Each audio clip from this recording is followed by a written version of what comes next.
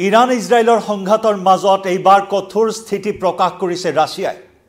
একালৰ super power ৰাছিয়াই সকিয়নি দিছে আমেৰিকাক।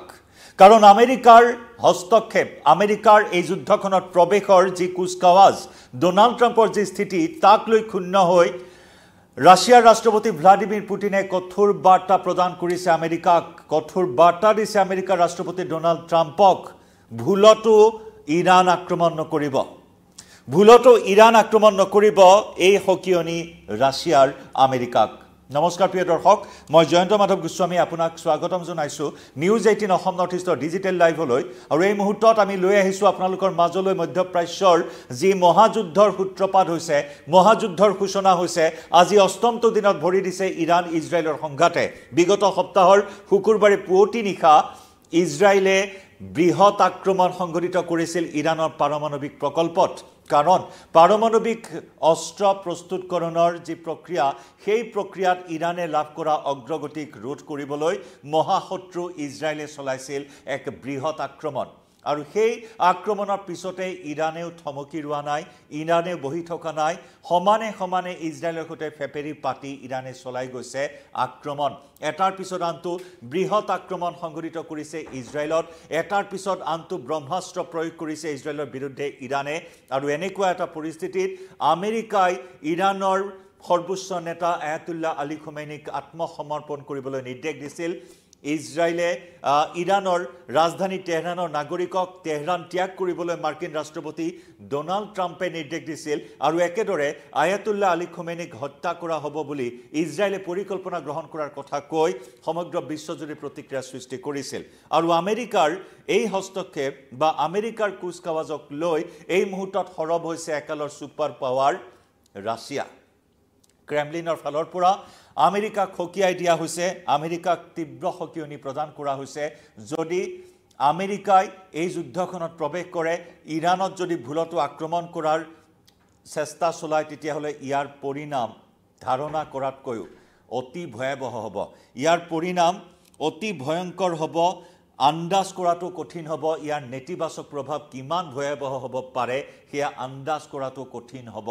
সমান্তৰালকৈ ৰাছিয়াই স্পষ্ট কৰি দিছে যে ইৰাণৰ যি পাৰমাণৱিক প্ৰকল্প, পাৰমাণৱিক অস্ত্ৰ নিৰ্মাণৰ যি প্ৰক্ৰিয়া, সেই প্ৰক্ৰিয়াত পূৰ্ণ সমৰ্থন আগবঢ়াই যাব ৰাছিয়াই।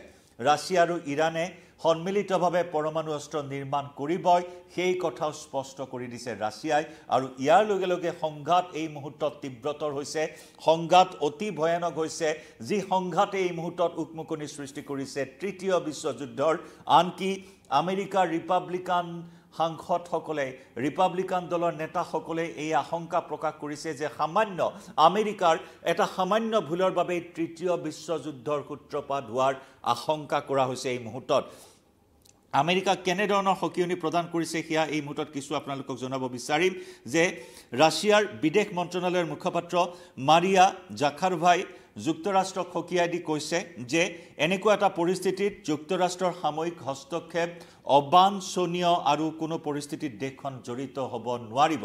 এয়া আমেৰিকা যুক্তৰাষ্ট্ৰক সকিয়নি ৰাছিয়াৰ বিদেশ মন্ত্ৰণালয়ৰ ফালৰ পৰা এই সকিয়নি প্ৰদান কৰিছে। আৰু যদিহে আমেৰিকা জড়িত হয়, তেতিয়া ভয়াৱহ পৰিস্থিতিৰ সৃষ্টি হ'ব। আৰু যাৰ নেতিবাচক প্ৰভাৱ সেয়া ধাৰণা কৰাতকৈও, সেয়া আন্দাজ কৰাতকৈও কঠিন হ'ব, ভয়াৱহ হ'ব বুলি স্পষ্ট বাৰ্তা দিছে ক্ৰেমলিনৰ ফালৰ পৰা আমেৰিকাক।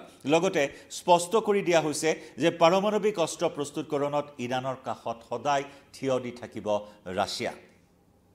পাৰমাণৱিক প্ৰস্তুতকৰণ এয়াই হৈছে আটাইতকৈ ডাঙৰ কাৰণ। এই যুদ্ধখনৰ পাৰমাণৱিক অস্ত্ৰ প্ৰস্তুতকৰণত ৰাছিয়াই যি অগ্ৰগতি লাভ কৰিছে, তাক বাধা প্ৰদান কৰাৰ বাবেই ইজৰাইলে সেই ভয়ংকৰ আক্ৰমণ সংঘটিত কৰিছিল বিগত সপ্তাহৰ শুকুৰবাৰে। কাৰণ ইজৰাইলে নিবিচাৰে যে মুছলিম ৱৰ্ল্ডত, ইছলামিক ৱৰ্ল্ডত পাৰমাণৱিক অস্ত্ৰধৰ এখন দেশ বা নিউক্লিয়াৰ শক্তিধৰ এখন দেশ থাকক, সেয়া কেতিয়াও বিচৰা নাই ইজৰাইলে। আৰু আনহাতে আমেৰিকাও আছে ইয়াৰ অন্তৰালত। গতিকে সেই বিষয়টোক চাই ইজৰাইলে আক্ৰমণ চলাইছিল। আৰু তাৰ পিছত এই সংঘাতে আজি ভয়াৱহ ৰূপ ধাৰণ কৰিছে।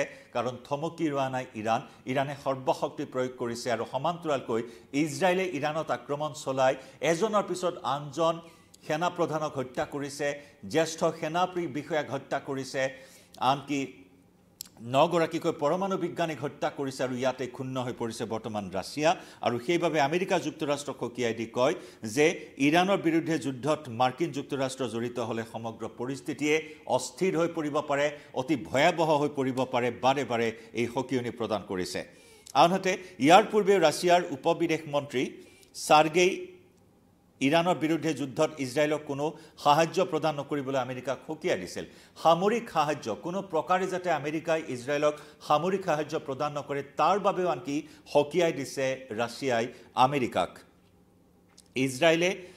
ইজৰাইললৈ সামৰিক সাহায্য যাতে প্ৰেৰণ নকৰে এই কথা সকীয়াই দিছে একেদৰে ইৰাণত ৰাছিয়াই নিৰ্মাণ কৰা বুশ্বেৰ যি পাৰমাণৱিক প্ৰকল্প আছে সেই বুশ্বেৰ পাৰমাণৱিক শক্তি প্ৰকল্পটো যাতে আমেৰিকা বা ইজৰাইলে আক্ৰমণ নকৰে সেই কথাও নিশ্চিত কৰিবলৈ আমেৰিকাক ডেডলাইন বান্ধি দিছে সকীয়নি প্ৰদান কৰিছে ৰাছিয়াৰ পাৰমাণৱিক শক্তি কোম্পানীৰ প্ৰধানগৰাকীয়ে ইতিমধ্যে ইৰাণৰ বুশ্বেৰ পাৰমাণৱিক প্ৰকল্পত ইজৰাইলী আক্ৰমণে চাৰ্নোবিল পাৰমাণৱিক বিপৰ্যয়ৰ দৰে পৰিস্থিতিৰ সৃষ্টি কৰিব পাৰে যি নেকি সমগ্ৰ বিশ্বক অস্থিৰ কৰি তোলাৰ আশংকা এই মুহূৰ্তত ব্যক্ত কৰিছে তেওঁ সকীয়াই দিছে যে ইৰাণৰ পাৰমাণৱিক আন্তঃগাঁথনিত ইজৰাইলে আক্ৰমণ কৰিলে সমগ্ৰ বিশ্ব এক নিশ্চিত বিপদৰ ফালে গতি কৰিব এক নিশ্চিত বিপদৰ মুখামুখি হ'ব লাগিব সমগ্ৰ বিশ্ব সেই কথাও সকীয়াই দিছে আৰু লগতে ইজৰাইলক আমেৰিকাই যাতে কোনো ধৰণৰ সামৰিক সাহায্য প্ৰদান নকৰে তাৰ বাবেও এই সকীয়নি প্ৰদান কৰিছে আনহাতে যুক্তৰাষ্ট্ৰ আৰু ৰাছিয়াৰ মাজৰ যিটো সম্পৰ্ক